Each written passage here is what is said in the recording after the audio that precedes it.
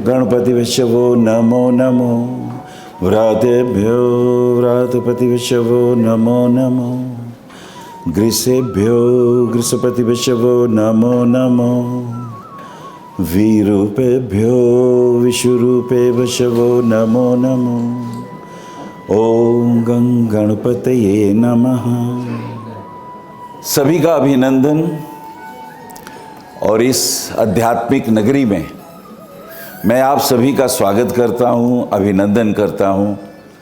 बहुत दूर दूर से आप लोग यहाँ आए हैं और बरसात भी हो रही है और कैसी परिस्थितियां होती हैं, पर यात्रा चलती रहनी चाहिए। और जब कभी कोई देव प्रतिष्ठा में बात हो, जब कभी भगवान के यशोगाथा की बात हो, और वेद तो, ज्योतिष तो वेद का तीसरा नेत्र है, वेदस्य निर्मल चक्षु। और इतने ज्ञानी, इतने भव्य लोग यहाँ पर हैं।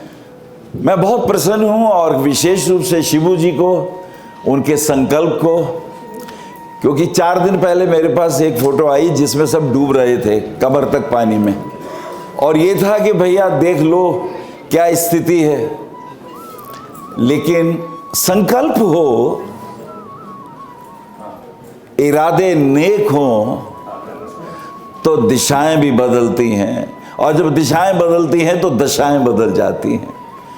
पता नहीं किसके मुख से परमात्मा क्या बुलवा दे, किसके कंठ से परमात्मा किस रूप में अभिव्यक्त हो जाए। बस सुनने वाले हों। अगर श्रोता होता है तो उपनिषद पैदा होते हैं, क्योंकि फिर बोलने वाला ऋषि हो जाता है। अगर श्रवण इंद्रिय विकसित हो तो फिर वाक इंद्रिय, इसमें सरस्वती का वास होता है। सबको साधुवाद देता हूं और खास करके शिबू जी के संकल्प को, उनकी पूरी टीम को दिल से आशीर्वाद, वो ऐसे ही आगे बढ़े। मैं एक और महत्वपूर्ण विषय पे बात करता हूं। अभी परसों में धर्मशाला में था, वहां मुंथा के ऊपर मैंने बोला था। मुंथा वही बना सकते हैं, वही जान सकते हैं जिन्हें हाथ से जन्मपत्री बनाने की कला आती हो। आजकल तो कंप्यूटर आ गए हैं, लेकिन ये विषय महत्वपूर्ण था। वहां मुझसे पूछा, गुरुदेव कुछ मुंथा के बारे में बताएं, कैसे पता चले। मुंथा वास्तव में ग्रहों की माता है, और आपका ये साल कैसे जाएगा एक क्षण में पता चल जाता है। इस विषय पे मैंने सूत्र बताए थे, आप कहेंगे तो उसका मैं वर्णन बीच में कर दूंगा। अगर जानना चाहेंगे तो उसका वर्णन कर दूंगा। लेकिन अभी मैं एक विशेष विषय पे आता हूं। संतोष भार्गव जी ने शुरू किया था उस विषय को। आपका जो जन्म होता है वो आपके किए हुए कर्मों का परिणाम है। आप जैसे कर्म करते हैं, विधाता भी उसी के अनुरूप आपको, वो इतना कृपालु है, वो बार बार आपको ये अद्भुत, this is a beautiful machine ever created by the God.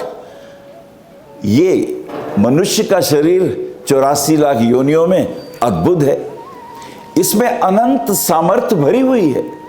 अभी यहां मैंने मेरी दृष्टि पड़ी 7 चक्र हीलिंग। आजकल ये शब्द बड़े प्रीतिकर हैं। एक भी व्यक्ति उपलब्ध नहीं होगा एक चक्र के ऊपर सिद्ध किया होगा, पर इनकी बाबत बातें बड़ी गजब की हैं। चलो बातें तो होती हैं। अब पहला ही चक्र अगर मूलाधार की बात करूं, वही तो सिद्ध नहीं है। बाकी के 6 चक्र की तो छोड़ो, मूलाधार ही सिद्ध नहीं है। अगर सिद्ध हो जाए तो उसके परिणाम दिखाई देते हैं। हमारा जो जन्म हुआ है, माता पिता ने प्रेम किया, माता पिता ने आपस में मिले, वो प्रथम प्रीतिकर रात्रि, वीर का अधिक अधुगमन हुआ। वीर का अधुगमन हो तो संतान का जन्म होता है, और वीर का अगर उधर्व गमन करने की क्षमता प्राप्त हो जाए तो तुम्हारी आत्मा का जन्म होता है। तुम अपने को जानने की प्रक्रिया में आगे आते हो।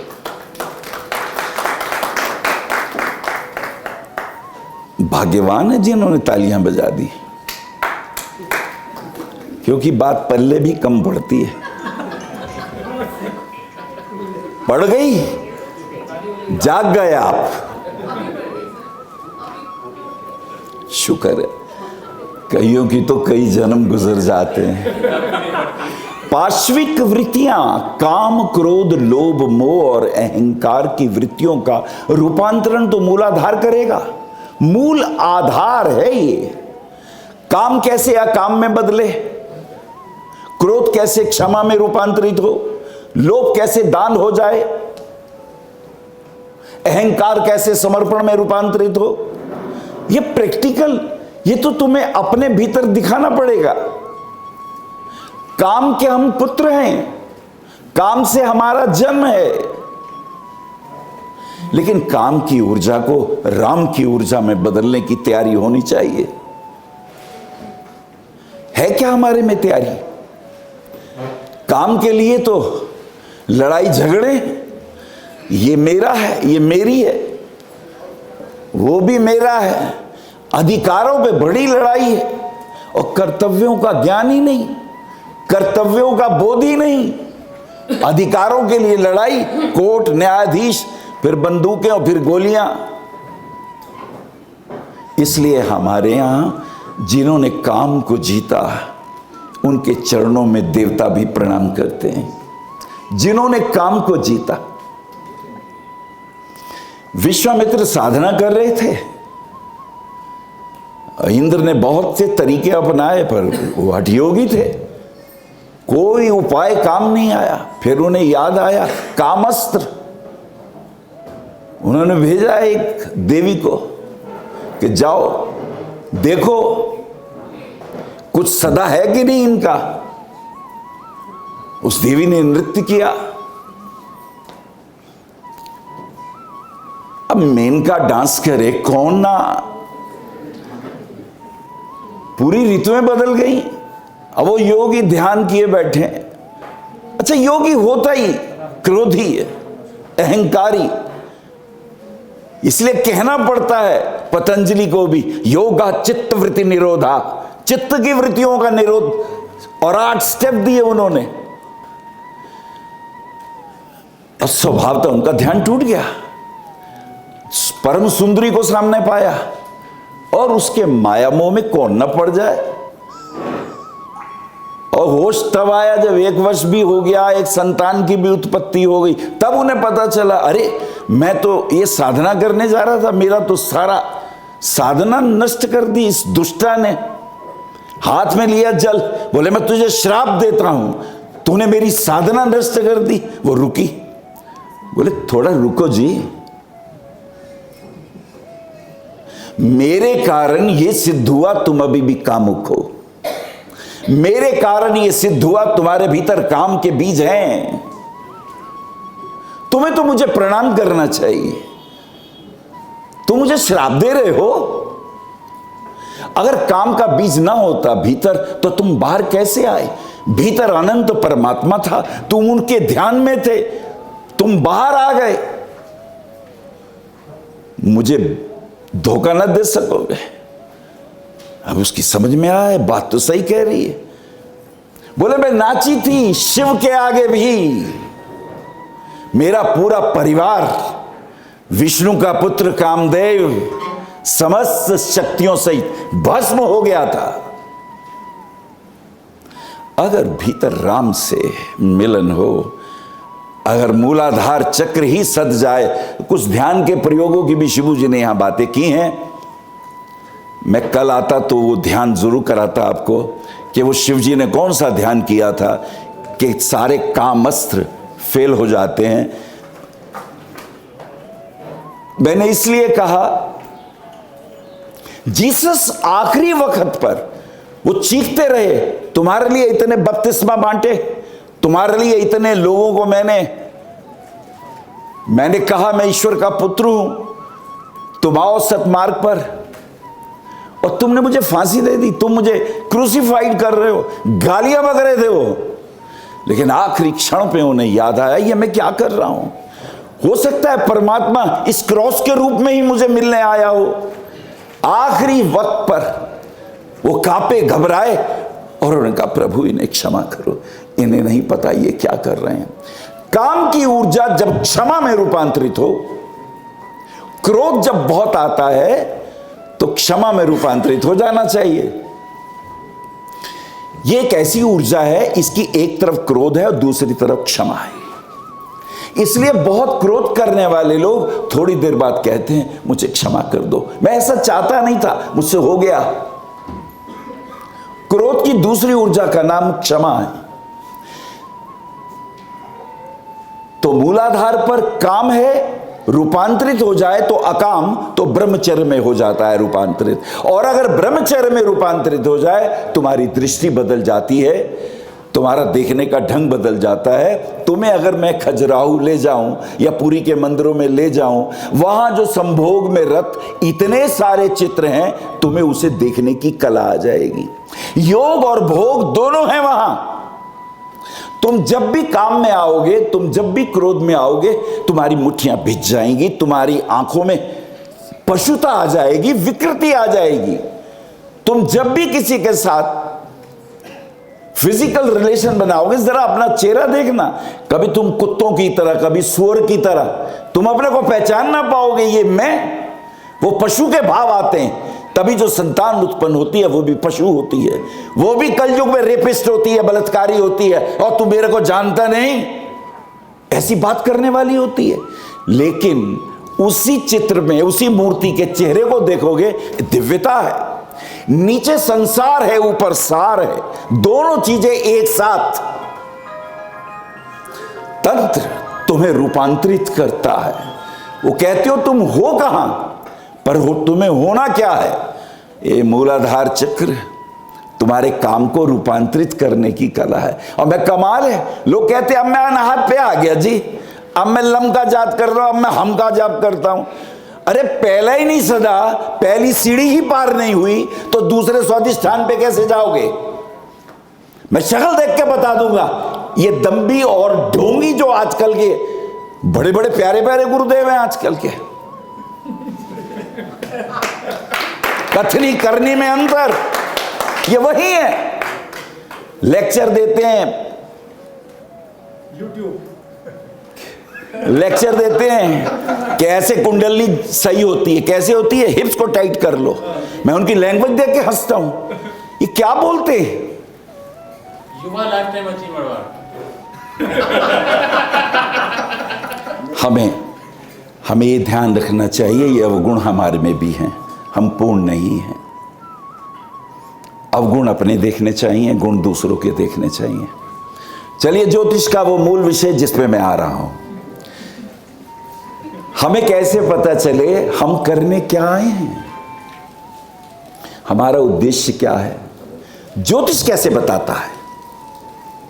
हमेशा याद रखो, पहले के 9 नक्षत्र, उनके अधिपति रिपीट होते हैं।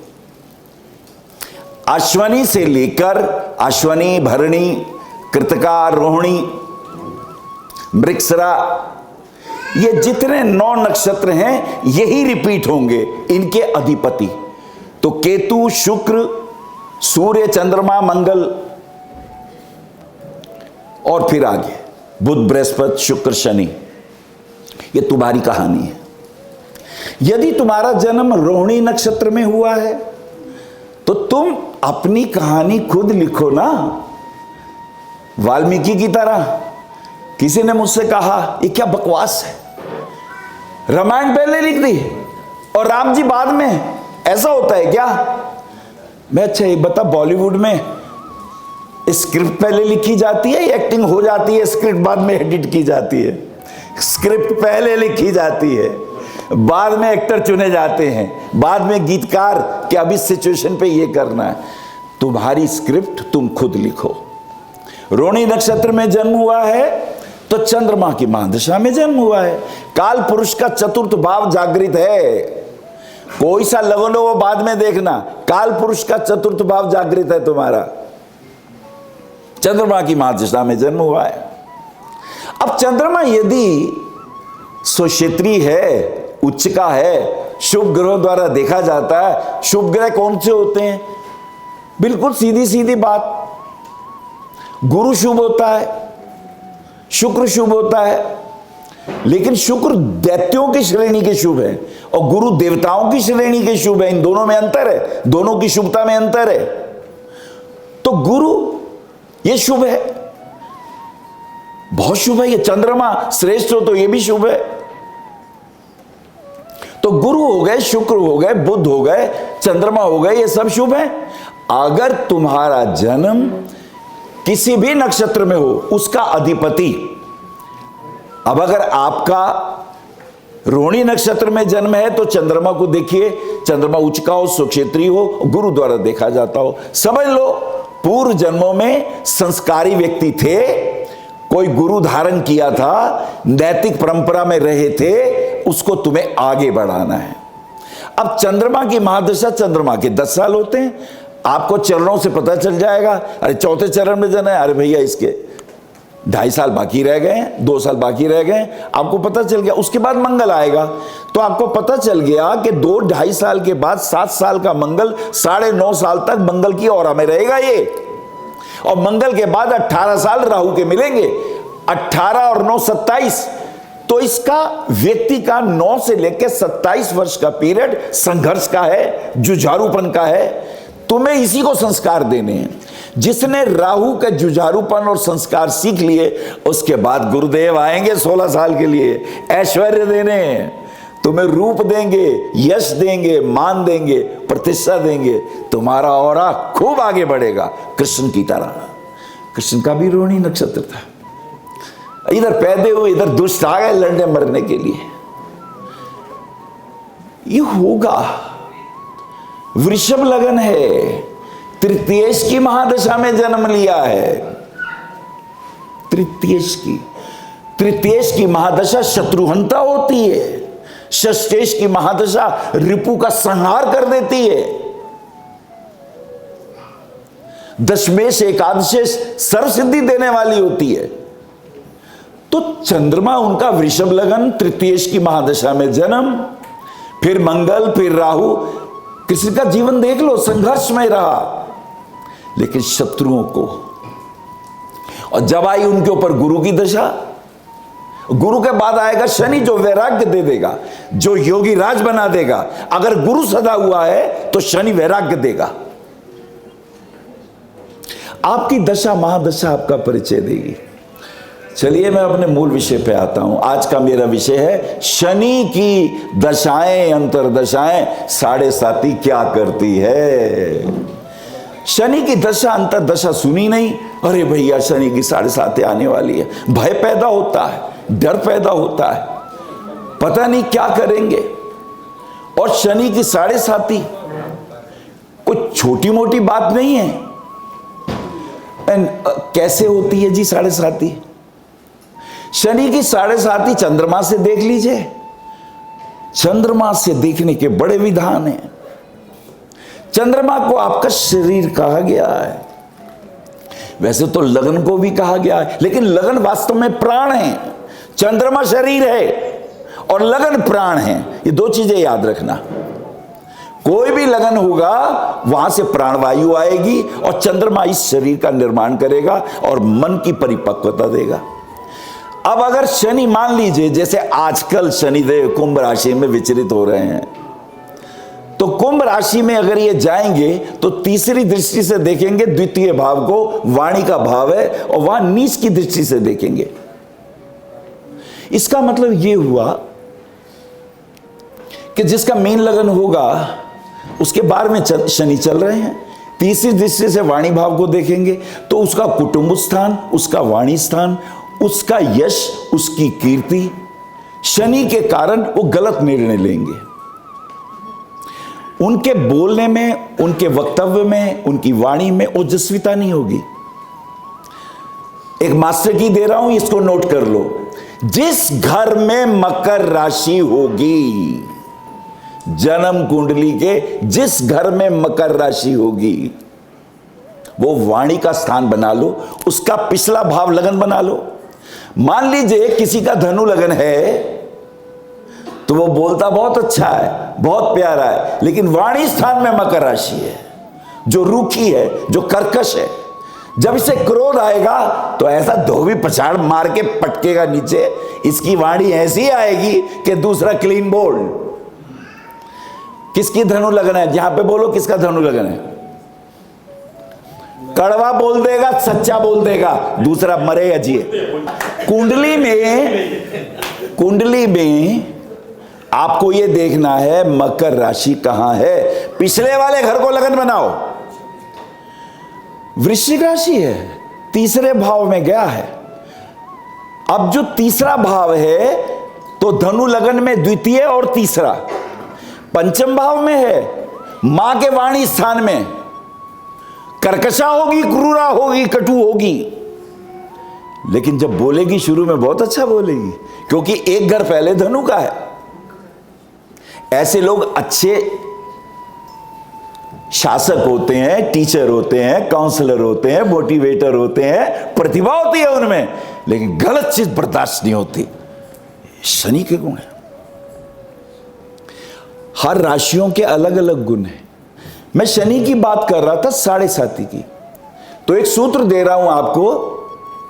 अगर वृषभ राशि या तुला राशि हो, मिथुन राशि हो या कन्या राशि हो, मकर राशि हो या कुंभ राशि हो, इन राशियों पर जब भी शनि आएगा कोई पीड़ा नहीं होने वाली, कोई पीड़ा नहीं होने वाली। क्यों? अरे ये इनके मित्र हैं, शुक्र उनका मित्र है, दैत्य गुरु हैं, प्रणाम करते हैं शनिदेव उनको। तो वृषभ राशि वाले, तुला राशि वाले चिंतित ना हो, मिथुन राशि वाले, कन्या राशि वाले चिंतित ना हो। और बुध महाराज तो इधर भी हेलो हेलो कर लेते हैं, उधर भी कर लेते हैं, देवताओं में भी कर लेते हैं, असुरों में भी कर लेते हैं, तो कोई टेंशन की जरूरत नहीं है। लेकिन अगर मीन राशि हो तो पूर्व भाद्रपद, उत्तर भाद्रपद और रेवती 3 नक्षत्र हैं मीन राशि के अंदर। रेवती के 4 चरण, उत्तरा भाद्रपद के 4 चरण।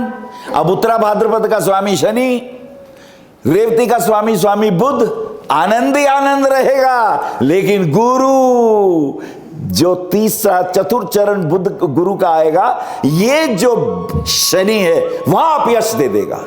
तो आप नक्षत्र पकड़ना, कौन से नक्षत्र के चरण के स्वामी शनि के मित्र हैं या शत्रु, उस हिसाब से साढ़े साथी को देखना। तो कईयों की तो साढ़े साथी में प्रधानमंत्री बन जाते हैं, कई तो शनि की साढ़े साथी में बहुत धन कमाते हैं। अमिताभ बच्चन तो शनि की साढ़े साथी में बहुत ऊपर गए। सूर्य का नक्षत्र आ गया, चंद्रमा नीच का हुआ आपकी पत्री में, अब शनि की साढ़े साथी आएगी तो ये तंग करेगी। मंगल के साथ शनि की साढ़े साथी बहुत तंग करेगी, एक्सीडेंट करा देगी। और अगर राहु उसे देखता होगा तो पता भी नहीं चलेगा। अचानक आप किसी की गाड़ी में बैठ के जा रहे हो, आप किसी की वास्तु विजिट करने जा रहे हो, और वो ड्राइवर क्या करेगा, कहीं ना कहीं गाड़ी ठोक देगा। उसको चोट लगे ना लगे, आपको जरूर लग जाएगी। तो शनि कहां तंग करता है? मंगल के नक्षत्रों में तंग करेगा, सूर्य के नक्षत्रों में तंग करेगा, और राहु आएगा तो वो तो सूर्य का घोर विरोधी। तो साढ़े साथी से घबराना नहीं। अब जैसे शनि जो है इस वक्त कर्क राशि और वृश्चिक राशि के ऊपर लघु कल्याणी चल रही है, तो चंद्रमा मानसिक संताप दे देगा, और वो जो मंगल है वो एक्सीडेंट, घर में कलेश, पति पत्नी के बीच में लड़ाई, अचानक उग्रता, अचानक तेजी। वृश्चिक राशि वालों को बहुत ध्यान रखना है, उन्हें पता ही नहीं चलेगा उन्हें क्रोध क्यों आ रहा है। छोटी छोटी बातों पे इरिटेट हो जाएंगे। तो हमें ये ज्ञान होना चाहिए, साढ़े साथी से एकदम प्रभावित होकर परेशान नहीं होना चाहिए। एक युगल राशियों के फलित को कुछ समझाता हूं आपको। अगर जन्म पत्री में, अब सूर्य को ले लीजिए आप, क्योंकि सूर्य के साथ जब बुध मिलता है तो क्या कहते हैं, बुध आदित्य योग। तो बड़ी अच्छी बात है, सूर्य और बुध का बुध आदित्य योग। लेकिन सूर्य के साथ शनि आ जाए, अब कैसे देखेंगे इसे? आसान तरीके से सूर्य को लगन बनाइए, सिंह लगन बनाइए। सिंह लगन में देखिए कि ये जो शनि साथ बैठा है, ये सप्तमेश और अष्टमेश हो गया नहीं हो गया? एक सेकंड में देखो सूर्य शनि की युति कैसी जाएगी। किसी से क्यों सीखना, खुद बनो पराशर। ये लो सूत्र, अगर सूर्य शनि की युति, सूर्य को लग्नेश बना लो, सिंह लगन, सप्तमेश अष्टमेश ये लग्नेश के मित्र नहीं है। इसलिए सूर्य पिता का कारक, या शनि को पुत्र समझ लो, तो पिता पुत्र में वैचारिक मतभेद हो सकते हैं। अगर पिता ने कहा यूं, ए सुन बे ये काम कर ले, वो नहीं करता, पिता को कहना चाहिए बेटा अगर आप ऐसा कर लो तो कैसा हो, अच्छा मैं देखूंगा। ये कला सीखनी होगी सूर्य शनि अगर इकट्ठे हैं तो। क्लियर हो गया? तो हमेशा ये खराब नहीं होंगे। अगर शनि सजेशन देगा तो पुत्र मान, तो क्योंकि वो पुत्र है। सूर्य कभी शनि से नफरत नहीं करते। पिता ने कब पुत्र से नफरत की है? पुत्र क्रोध में आके पिता के खिलाफ हो जाए किसी वजह से, उसकी बातें ना मानी जाए, तो सजेशन की लैंग्वेज होनी चाहिए। अगर आपकी पत्री में सूर्य शनि का कॉम्बिनेशन हो तो, सूर्य के साथ चंद्रमा हो तो, अब चंद्रमा माता है, सूर्य पिता है। अब आप सूर्य को लगन बनाइए, चंद्रमा कहां गया? 12वें व्यय स्थान में चला गया, इमोशनली व्यय होगा। चंद्रमा व्यय स्थान में है। जो भी ग्रह 12वें स्थान पर होगा उसके कारक तत्वों का इमोशनल व्यय होता है। अगर 12वें मंगल होगा तो मसल्स पावर का व्यय हो जाएगा, शारीरिक बहुत श्रम होगा और उसके रिजल्ट कम मिलेंगे। 12वें बुध है, वो व्यक्ति वाणी का व्यय बहुत करेगा। आप कहेंगे यार बहुत बोलता है, खून ही पी जाता है, इसे माइक क्या दे दिया, माइक ही नहीं छोड़ रहा है। बुध 12वें, वाणी का व्यय हो जाएगा। शुक्र 12वें, वीर का व्यय होगा।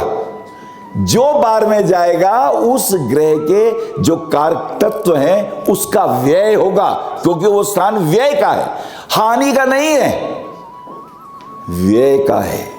और अगर तुम बिजनेसमैन बढ़िया हो तो कुछ चीजें व्यय करके, कहते हैं ना जिसका प्रचार नहीं उसे लोग कहां पहचान पाते हैं। प्रचार भी आजकल की आवश्यकता है। 12वें घर में शनि है।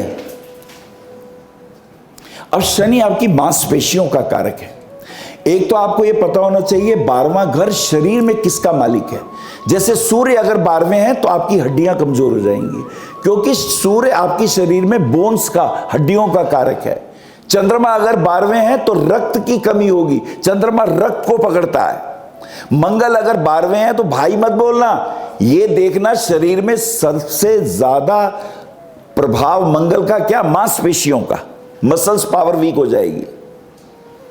अगर गुरु है तो गुरु शरीर में क्या करता है, आपकी चर्बी, इसका व्यय होगा।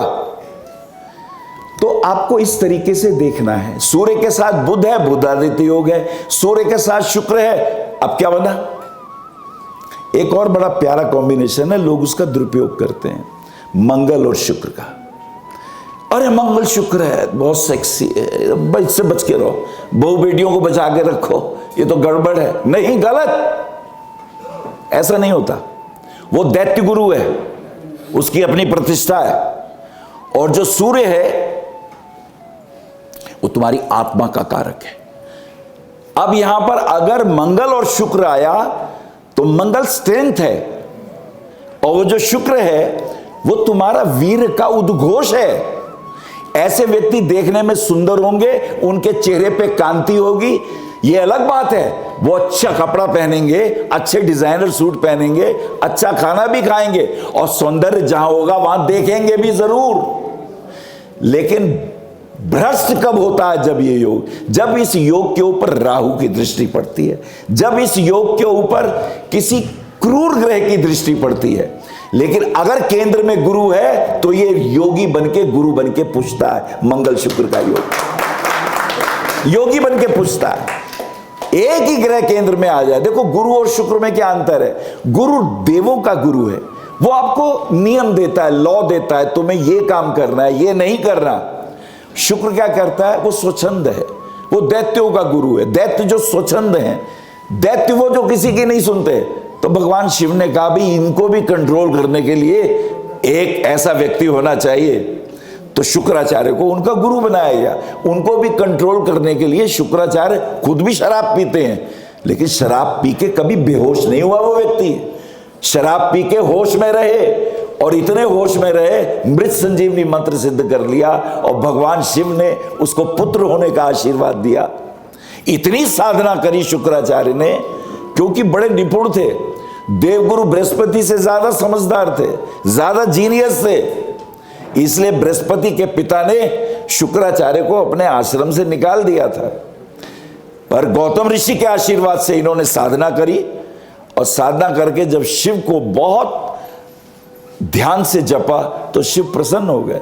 शिव ने कहा क्या मांगते हो? बोले बस आपको जानना चाहता हूं, आपकी महिमा देखना चाहता हूं। तो शिव ने उन्हें अपने उदर में रख लिया, उदरस्थ हो गए। अब शिव के लोक में जाके जब उन्होंने देखा ये तो कहीं पार ही नहीं उतर रहे, हर विद्या के ही आचार्य हैं। योग के आचार्य शिव जी, ज्ञान के आचार्य शिव जी, भक्ति के आचार्य शिव जी, कर्म के आचार्य शिव जी, युद्ध के भयंकर से भयंकर विपंस बनाने हो उसके भी आचार्य शिव जी, सन्यास के भी आचार्य शिव जी। जितनी पृथ्वी पर विद्याएं हैं सब भगवान शिव की देन है। शुक्राचार्य परेशान हो गए। फिर उन्होंने भगवान शिव का जो जाप किया, शिव जी ने प्रसन्न होकर उन्हें वरदान दिया, और वो वरदान मृत संजीवनी विद्या के रूप में उन्हें प्राप्त हुआ। शिव के शुक्र से वो बाहर निकले, इसलिए उनका नाम शुक्र हो गया, शुक्राचार्य हो गया। तो शुक्राचार्य अगर शराब पीते हैं, होश सधे रहते हैं, आता वही है भीतर से जो तुम होते हो। अगर तुम योगी मदिरा पिएगा, योग के प्रवचन करेगा, भोगी मदिरा पिएगा, भोग की बकवास करेगा। ये पहचान है, आपका वास्तविक रूप ही बाहर होगा। लेकिन भैया शराब वराब मत पीना, ये तो मेरे प्रवचन की बात है, मैं इसका विरोधी हूं। शराब पीनी हो तो होश की पीना, शराब पीनी हो तो ध्यान की पीना। इससे पहले आए मृत्यु, इससे पहले आए यमराज, तुम स्वयं होश में उनका स्वागत करो कि आओ सूर्यपुत्र। वो भी हैरान हो, नचिकेता की तरह बनो होशियार, नचिकेता की तरह तुम्हारे मन में भी ये भावना होनी चाहिए, मैं कौन हूं, मेरा जन्म क्यों हुआ, क्या मैं अनिल वत्स हूं? ये तो मुझे नाम मिला है माता पिता के कारण। क्या मैं ब्राह्मण हूं? ये तो मैं आ गया उस परिवार में। क्या मैं कर्म से भी ब्राह्मण हूं? ये सब उपाधियां हैं। और जितना मैंने पढ़ा लिखा ये तो सब उधार है ऋषि मुनियों का। मैंने क्या सृजन किया? मैंने कुछ मानवता के लिए दिया, कुछ नया किया। आप अगर आए हैं तो परमात्मा इस रूप में आपको देखता है, क्या कुछ नया करते हो, क्या कुछ मानवता के लिए आपने नया किया? अगर नहीं किया तो आज से करना शुरू करो। और ये सूत्र आपको देता हूं, एक नोटबुक ले लीजिए, नोटबुक के लेफ्ट एंड राइट साइड में, लेफ्ट में लिखो नरक, राइट में लिखो स्वर्ग। स्वर्ग क्या होता है? अर्क मैंने सूर्य, सौ मैंने अपना, अपने ही सूर्य को पहचानो, यह है स्वर्ग। गा तो प्रत्यय से बन गया। और स्वर्ग ऐसा नहीं है कहीं दूर कोई नर्तकियां डांस कर रही, कहीं मृदंग बज रहा है। अपने सूर्य को उपलब्ध हो जाओ, अपनी आत्मा को जान जाओ। आज तुमने क्या किया?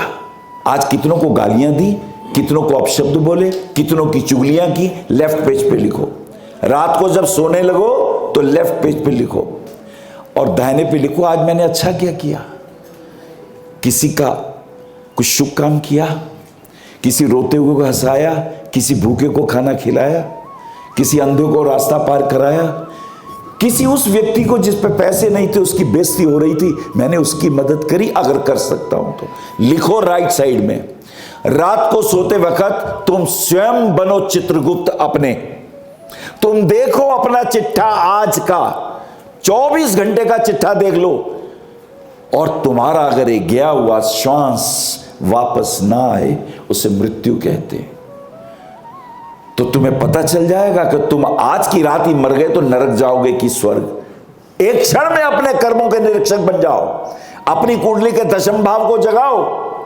लग्नेश हो तुम, चौथा भाव है संकल्पों का, उससे संकल्प लो। दशम भाव कर्म का, लग्नेश तुम। छठा भाव तुम्हारी बाया पन्ना नरक का, काम क्रोध लोभ मोह अहंकार, वो छठा भाव। और ध्यान रखना छठा भाव दशम का भाग्य स्थान है। The sixth house is the ninth house from the 10th। दशम का भाग्य है वो। ये भाग्य का रूपांतरण छठे से होता है, नवम से नहीं होता। नवम तो तुम्हें मिला है, इस छठे को साधना है। तो लिखो बाएं भाग में तुमने क्या क्या लिखा और फिर रो थोड़ा सा, हे प्रभु यदि आज ही मैं विदा हो गया तो मेरा नरक पक्का है। कहो हे प्रभु मुझे एक दिन का सूरज दे दो, मैं एक दिन का सूरज देखना चाहता हूं प्लीज। और सो जाओ। और अगर तुम सवेरे जग जाओ तो नाचो। तुम योग्य ना थे आज का दिन तुम्हें दिया जाए, लेकिन तुम्हें मिला, अब नाचो। अब सूर्य को देखो, अब दो सूर्य को जल, अब जलाओ मंदिर में दीपक, अब माता पिता के चरण छुओ, अब अच्छी बातें करो।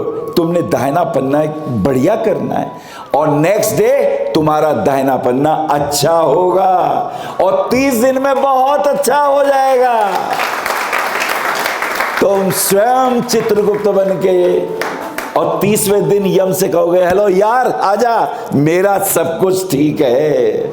और जिसके 30 दिन ठीक है होश पूर्वक, वो 30 जन्मों को ठीक कर लेता है। क्यों? भगवान कृष्ण कहते हैं मन मम भक्त भव, मन मना भव, मद भक्त भव, मद्याजी मां नमस्कुरु, अहम त्वम सर्व पापेभ्यो मोक्षयिष्यामि मा शुचा। मैं तेरे सब पाप कर्मों के अनंत जन्मों को इसी क्षण भस्म कर दूंगा। तो मेरी शरण में आ, तो अपनी मैं को छोड़ दे, अपने अहंकार को छोड़ दे। तो this is the way how to check yourself. It is a simple way, कोई बहुत लंबा चौड़ा नहीं कर रहा। गुरुजी आप मुंथा के लिए कुछ कह रहे थे, मुंथा के लिए कुछ बोलने वाला। क्या बोलूं? चलिए, ये रहा जादू। जादू ऐसे घट जाए। ये मुंथा क्या होती है? ऋषि मुनियों ने नाम रख दिया, होती ही नहीं पर होती है। जैसे राहु केतु होते नहीं पर होते हैं, प्रभाव होता है, मुंथा का प्रभाव होता है। मुंथाओं को नवग्रहों की मां कहा गया है। तो जो उठ के माता के चरण छूता है, पंच माताओं के आशीर्वाद लेता है, मुंथा उसे आशीर्वाद देती है। पहले जन्म देने वाली मां, दूसरा ये भूमि तुम्हारी माता, तीसरी ये गाय तुम्हारी माता, और चौथा ये गंगा मैया तुम्हारी माता, और पांचवा दुर्गा मैया तुम्हारी माता। इन 5 माताओं के आशीर्वाद मुंथा से प्राप्त हो जाते हैं। अरे देखें कैसे यार, सीधी सीधी बात करो, मुद्दे पे आओ। लो कैसे देखते हैं। बहुत सिंपल तरीका जो मेरे गुरुदेव ने कभी 50 साल पहले मुझसे कहा था, मैं आपसे शेयर कर रहा हूं।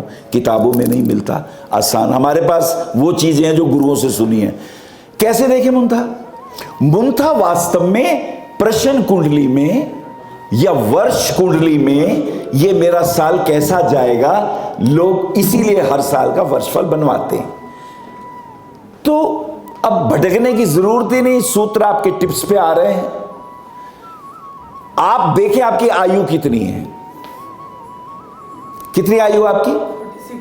46। एक कम कर दो, कितने हो गए? लगन क्या है? सिंह लगन। 45 में सिंह लगन जोड़ दो, 50। 12 से भाग दो, 2 बचे। दूसरे भाव में मुंथा चल रही है। आपका जो परिवार है, अपने परिवार की चिंता रहेगी, धन अर्जन की चिंता रहेगी। द्वितीय भाव जागृत है, मुंथा यहां है, लेकिन ये तुम्हें आशीर्वाद देगी। और कोई मुंथा भी बताता हूं, कोई और जानना चाहता है? खड़े हो जाओ, एकदम शर्माना मत, खड़े हो जाओ जी। 58। कितने कम कर रहे हैं? एक कम। कितने बचे? 57। लग्नेश क्या है? लगन क्या है? कर्क 57 में 4 जोड़ो, कितने हुए? 61। 12 से भाग दो, लगन में चल रही है, एक बच्चा लगन में चल रही है। और अगर 0 आ जाए तो 12, तो 12वें में है। अब एक बात ध्यान रखो कि मुंथा का मजा क्या आता है, ये तीसरे में हो, छठे में हो, 10वें में हो, 11वें में हो, राजयोग। जो मंत्री शंत्री आए, चुनाव लड़ूं कि ना लड़ूं, देखो उसकी मुंथा क्या है। ये नवग्रहों की माता है, ये चमत्कार करती है। किसी ने हाथ उठाया था अभी इसमें से, somebody, हाँ बोलो। 40? तो कैसे करें, एक कम करो, कितने हुए? 43। लगन क्या है? 3 जोड़ो, 46। 12 से भाग दो, 12 या 36, 10 बचे। तुम्हारी मुंता दशम भाव में चल रही है। जाओ मजे करोगे, जो काम करोगे सिद्ध हो जाएगा, जो नया काम करोगे सिद्ध हो जाएगा। This is the easiest way to see the मुंता। That's all. Thank you very much मुझे बर्दाश्त करने के लिए। शिबू जी बहुत बहुत धन्यवाद आपकी पूरी टीम का, आपने बहुत प्यार दिया और मैं उन मित्रों का बहुत आभारी हूं जिन्होंने अपना गोल्डन पीरियड मुझे दे दिया, मेरी बातों को बहुत प्रेम से सुना। मैं बहुत बहुत अनुग्रहित हूं और आपके भीतर बैठे परमात्मा को प्रणाम। आप आचार्य श्री अनिल वत्स जी के आध्यात्मिक प्रवचन, ध्यान व ज्योतिष संबंधी मासिक राशि फल फेसबुक, यूट्यूब, www.astroanilvats.com पर भी देख सकते हैं।